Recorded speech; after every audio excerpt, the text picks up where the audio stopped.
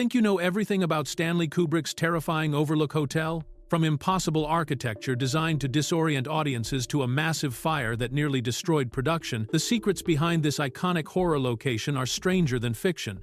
The hotel was built from pieces of hotels across America, filmed almost entirely in England, and featured innovations that changed filmmaking forever. Here are 15 weird facts you didn't know about the Overlook Hotel.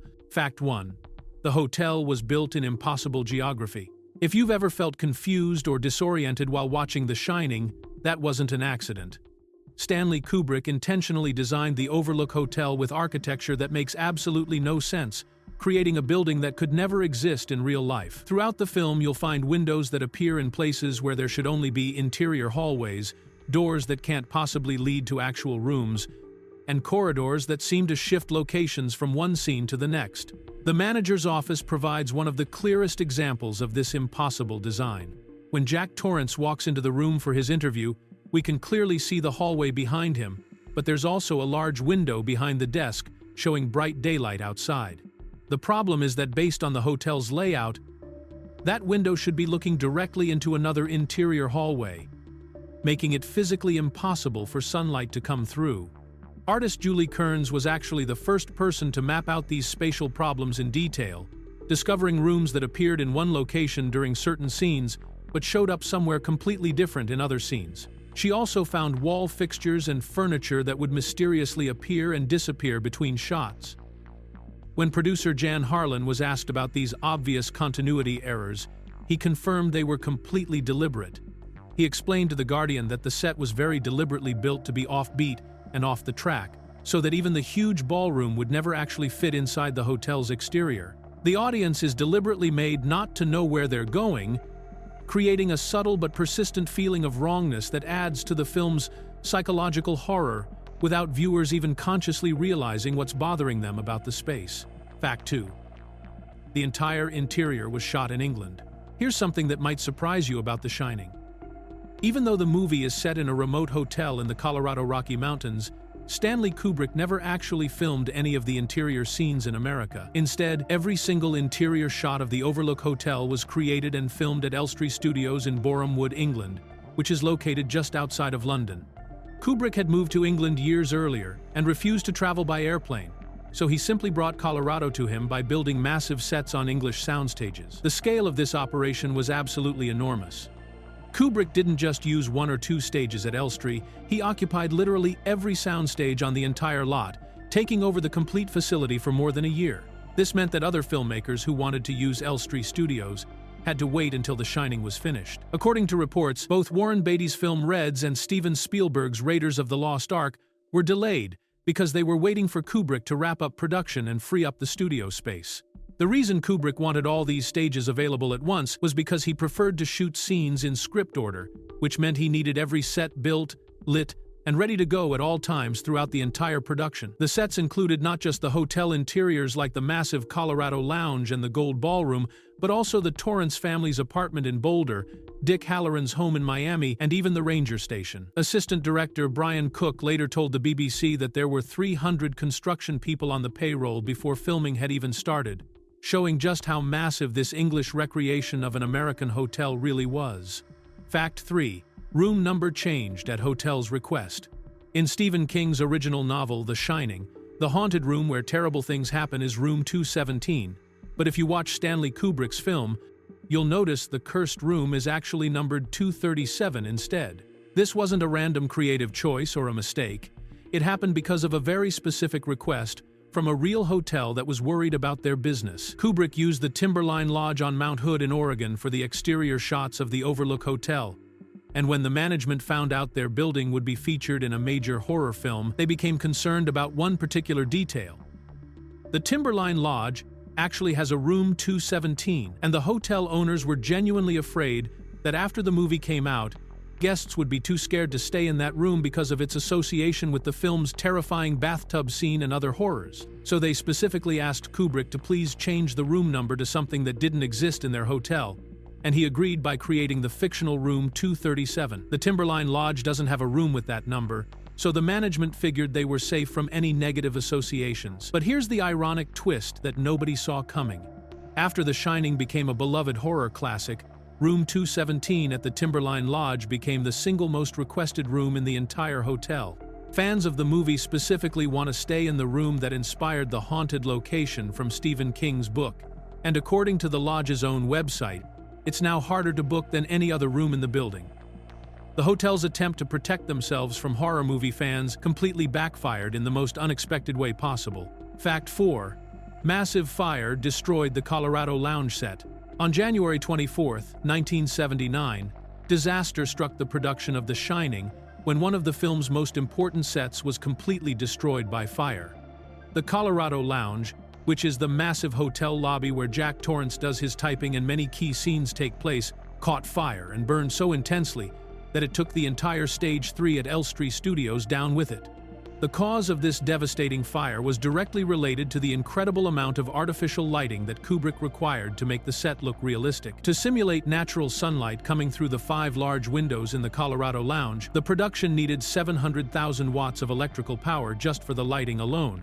That's an absolutely enormous amount of electricity, and the intense heat generated by all those lights created a serious fire hazard. According to crew members who were there, the heat from the voltage became so extreme that it eventually ignited the set materials, and once the fire started, it spread rapidly through the soundstage. Still photographer Murray Close later described it as a very big fire that consumed one of the major sound stages at the studio. Fortunately, most of the scenes that required the Colorado Lounge had already been filmed by the time the fire happened, so Kubrick didn't lose too much footage. However, the production was forced to shut down while Stage 3 was completely rebuilt from the ground up. After the reconstruction, the stage was built with a much higher ceiling than before, and it was eventually used by Steven Spielberg for the snake-filled Well of Souls tomb scene in Raiders of the Lost Ark, giving the destroyed stage a second life in another iconic film. Fact 5.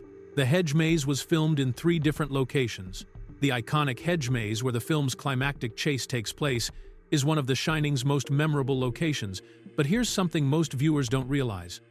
That maze never actually existed at the Timberline Lodge in Oregon, and what you see on screen was actually pieced together from 3 completely separate filming locations, all of which were in England.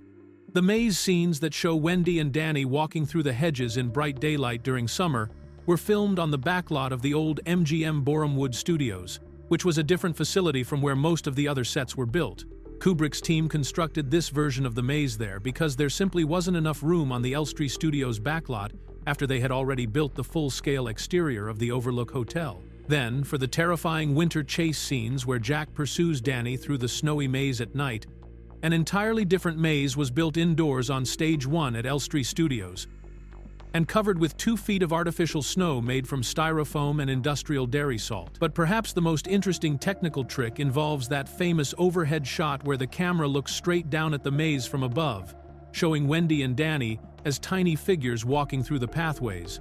That shot was actually filmed from the top of Canterbury House, an apartment building in Borehamwood, where the camera looked down at a parking lot below. The crew then used a matte painting to add in the maze design and combined it with the live footage of the actors, creating the illusion of a real overhead view. This complicated 3-location setup shows just how much effort went into creating a maze that audiences assumed was simply filmed at one actual location. Fact 6. Canterbury House had a secret film connection. Canterbury House in Borehamwood holds a fascinating secret that connects 2 of Stanley Kubrick's most famous films in an unexpected way. This apartment building wasn't just used for filming the overhead maze shot in The Shining, it also served as the filming location for another iconic Kubrick movie nearly a decade earlier. Flat 100 on the top floor of Canterbury House was actually used as the interior of Alex DeLarge's apartment in A Clockwork Orange, which Kubrick released in 1971, 9 years before The Shining came out. This means that Kubrick returned to the exact same building for 2 completely different purposes across 2 very different films, creating a strange, invisible thread connecting his dystopian crime story with his supernatural horror masterpiece. What makes this connection even more interesting is that there's actually a plaque on the ground floor of Canterbury House that commemorates the building's role in A Clockwork Orange, but according to film historians who have visited the location, the plaque bizarrely makes no mention whatsoever of The Shining or its use of the building's rooftop. This seems like a strange oversight considering how iconic both films have become in cinema history. The crew filming The Shining would climb up to the roof of this same apartment building, where Alex's fictional home had been created years before, position their cameras in the parking lot area, and capture the footage that would become that memorable bird's-eye view of the maze. For fans of Kubrick's work, knowing that this single building played a role in two of his most celebrated and analyzed films adds another layer of intrigue to both movies and shows how Kubrick often relied on familiar locations near his home in England. Fact 7. The exterior hotel set used forced perspective. When Kubrick's crew built a full-scale replica of the Overlook Hotel's exterior on the backlot at Elstree Studios, they employed a clever filmmaking trick called forced perspective to make the building look much more massive and imposing than it actually was. Forced perspective is a technique where builders deliberately construct parts of a set at different scales, making elements that are farther from the camera progressively smaller so that they appear to be the same size as closer elements when viewed through the lens. In the case of the Overlook's exterior, the building was physically much smaller in real life than what audiences see on screen, but the careful use of angles and strategic construction made it look like a grand, sprawling mountain resort. The crew also had to get creative with hiding the fact that they were filming on a studio backlot in the middle of England rather than in the isolated Rocky Mountains. To create the illusion of being surrounded by wilderness, they planted small pine trees around the lot to block the view of nearby houses and the suburban housing estate that sat just beyond the studio property. At the end of the road leading to the Snowcat garage, the construction team even built an artificial hill specifically designed to hide the residential buildings next door. The crew also had to be very careful about the angles they used when filming the back of the hotel, and if you watch closely, you'll notice that most shots of the rear exterior are filmed from one very specific angle that best captured the fabricated hotel facade while hiding its limitations and keeping the surrounding modern world completely out of frame. Fact 8. Steadicam inventor. Used a wheelchair from another Kubrick film. One of the most talked about shots in The Shining is the eerie tracking sequence, where the camera follows young Danny as he pedals at high speed through corridor after corridor on his plastic big-wheel tricycle, and creating this shot required some very creative problem-solving. Garrett Brown, the inventor of the Steadicam stabilization system, needed to keep the camera lens just a few inches from the floor while traveling rapidly behind or ahead of the bike, which presented a serious challenge. Brown initially tried following Danny on foot while holding the camera low, but he found himself completely exhausted after just a 3-minute take and couldn't even catch his breath enough to describe what kind of problems he was having.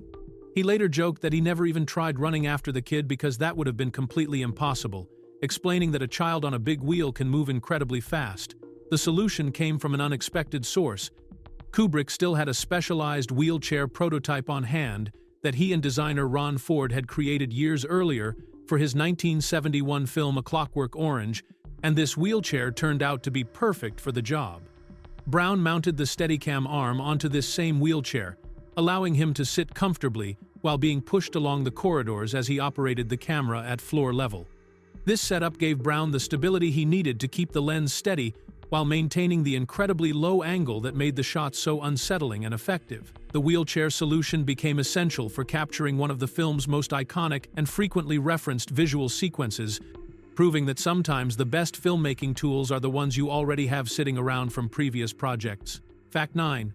Danny Lloyd accidentally weighed the same as the camera. During the filming of The Shining, Garrett Brown made a delightful discovery that turned into one of the production's most charming behind-the-scenes moments. Brown realized that 6-year-old Danny Lloyd, who played the young boy Danny Torrance in the film, happened to weigh almost exactly the same amount as the Aeroflex 35BL camera that was mounted on the Steadicam rig. This coincidental match in weight gave Brown an idea that brought some much-needed fun to the long and demanding shoot. Since the Steadicam's stabilizing arm was designed to balance and support the weight of the camera equipment, Brown figured it could just as easily support a small child of the same weight, so he created a makeshift chair out of webbing material and started giving Danny rides between takes. The young actor absolutely loved this unexpected perk of working on a major film production, and according to Brown's own accounts, Danny would yell with delight as he swooped along suspended from the Steadicam arm, gliding smoothly through the hotel sets, just like the camera did during actual filming.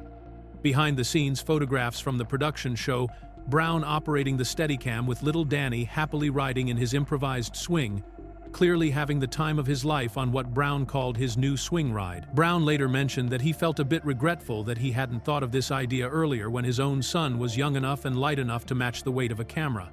This sweet moment of playfulness stands in stark contrast to the dark and disturbing horror film they were creating, showing that even on the set of one of cinema's most terrifying movies, there was still room for innocent childhood joy. Fact 10.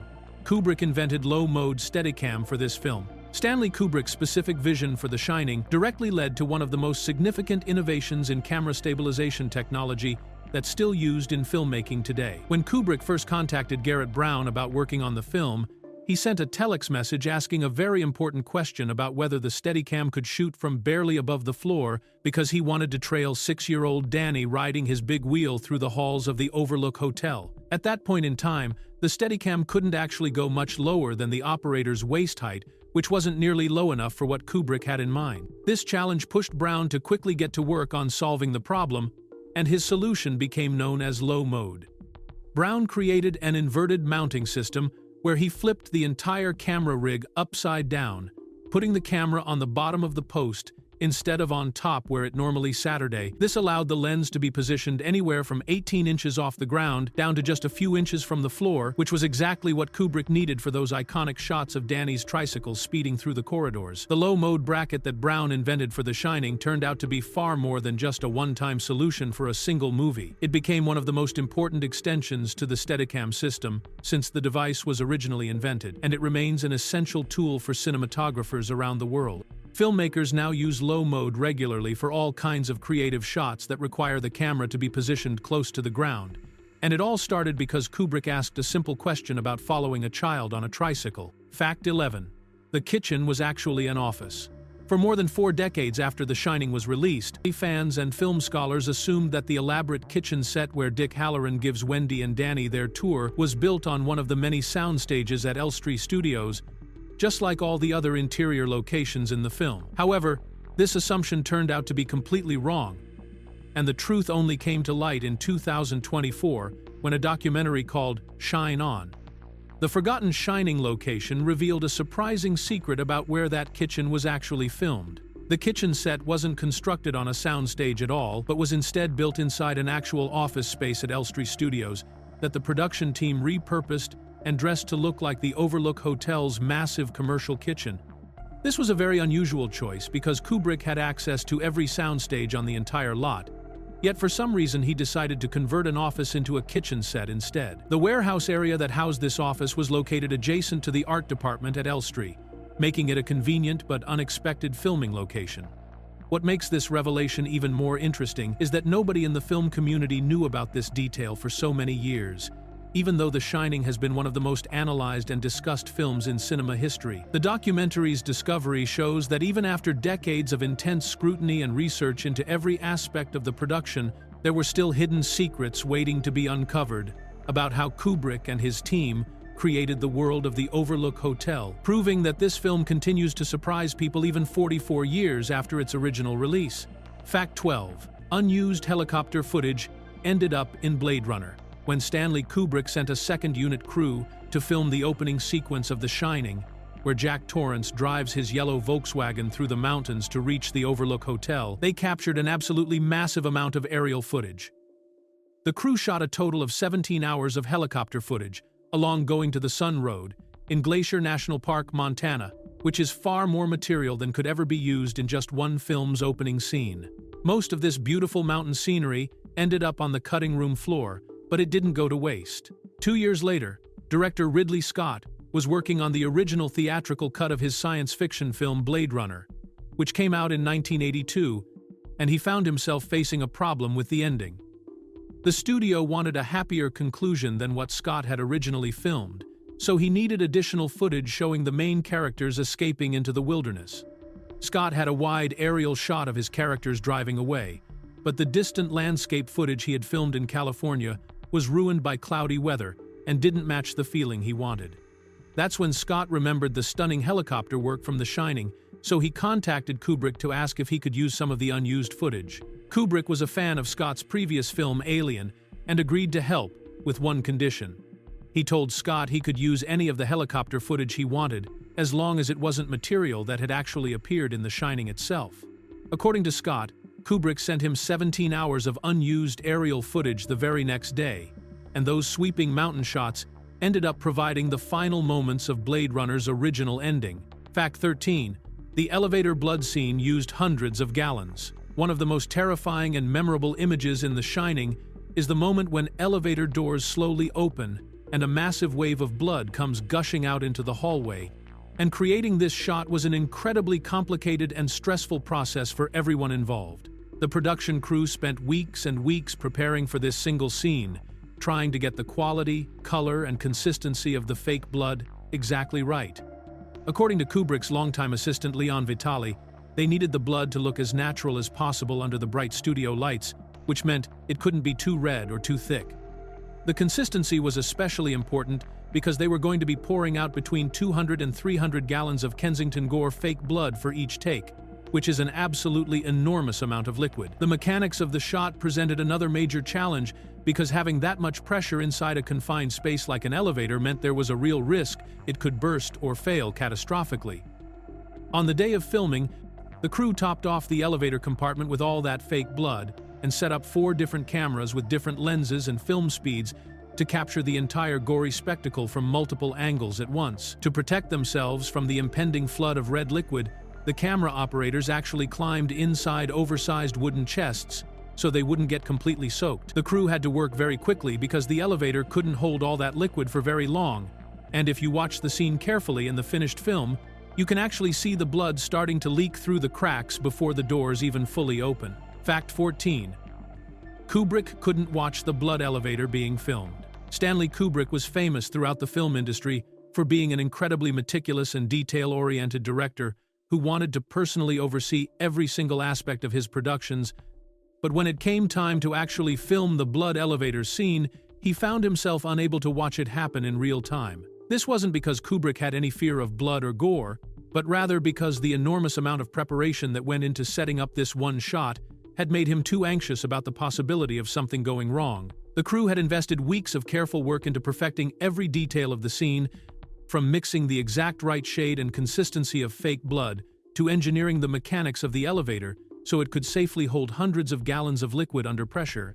All of this preparation meant that if anything went wrong during filming, they would have to start the entire laborious setup process over again from the beginning, which would cost valuable time and money. According to assistant Leon Vitali, who was present on set that day, Kubrick's anxiety about witnessing a potential disaster was so strong that he actually evacuated the set completely before they called action. He left his crew to handle the filming while he waited elsewhere, trusting them to capture the shot without his direct supervision. When the command for action was finally given, the doors slid back, and the torrential wave of red liquid surged through the set exactly as planned, carrying furniture in its path. Only after the scene was successfully filmed and the footage was safely recorded did Kubrick return to watch what his crew had accomplished, and he was absolutely elated with the results. Fact 15. Fake snow blocked the studio's drainage system. Creating the massive winter scenes in The Shining required an enormous amount of artificial snow, and the production team used 2 different materials depending on what the shot required. For the long-distance shots, they used lightweight styrofoam chips that could be dropped from bags mounted on large cranes to simulate falling snow, while the close-up shots used industrial dairy salt because it looked more realistic and had better texture when the camera was near the actors. The combination of these materials was effective at making the Overlook Hotel and the hedge maze look like they were buried in a Colorado winter, but it created a major problem that nobody anticipated until after filming was completed. The styrofoam chips that were used so extensively throughout the production didn't just stay on the sets where they were supposed to be, they ended up washing into the drainage system of Borehamwood, the town where Elstree Studios is located. Once these tiny pieces of styrofoam got into the drains, they started to accumulate and create blockages throughout the area's drainage infrastructure. The scale of the problem was significant enough that it caused ongoing issues for the local drainage system well after The Shining had wrapped production and the crew had moved on. This unintended consequence of filming one of cinema's most iconic horror movies meant that the residents and city workers of Borehamwood had to deal with clogged drains caused by fake snow from a movie about a haunted hotel in the mountains. The production had successfully created the illusion of a snowbound Colorado winter in the middle of England, But that illusion came with a very real cost to the local community's plumbing system that nobody had considered when they were planning how to make their artificial snowstorm.